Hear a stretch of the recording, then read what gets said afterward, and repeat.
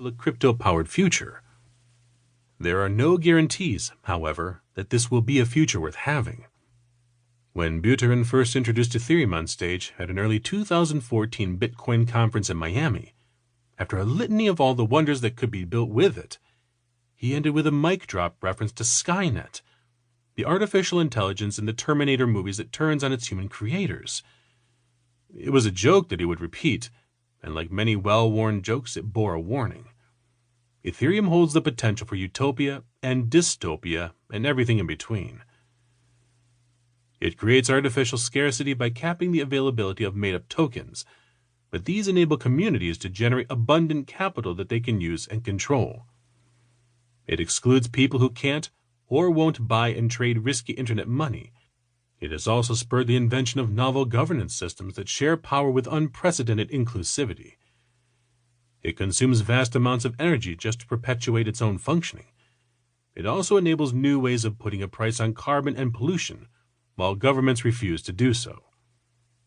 It has produced nouveaux riches, notorious for their extravagance, congregating in tax shelters and pricing out locals. It is also a borderless, user-owned financial system available to anyone with a smartphone. It rewards a tech-savvy elite who got in early. It also presents a real chance for undermining the dominant tech companies. It has produced a speculative financial system before a real economy of useful things. Yet far more than in a stock market, ownership lies with the people creating the value. It has showered vast payouts on digital collectibles with little apparent worth. The result is a new business model to support the making and sharing of open access culture. It promises to make early adopters wealthy at the expense of future generations. It gives those generations a set of building blocks whose uses are up to those who do the building. Listeners of what follows must hold these contradictions in mind and contend with them, ascertaining for themselves and their communities which option should win out.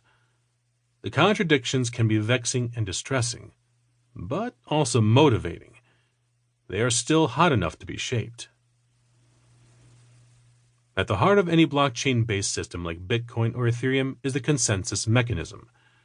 This is the process by which computers agree on a common set of data and protect it against manipulation, whether it be a list of transactions, as for Bitcoin, or the state of the Ethereum world computer. Consensus without a central authority is not easy. Bitcoin uses a mechanism called proof of work, which means lots of computers expend lots of energy doing math problems, all in order to prove that they are invested in keeping the system secure. The people behind those computers, known as miners, get paid for doing so, and they consume country-sized volumes of electricity, producing the carbon emissions that level of consumption requires. Ethereum adopted proof of work as well, for want of a functional alternative at the time. But even before it went online, Buterin was already talking about switching, once his team had worked out the kinks, to another mechanism, proof of stake.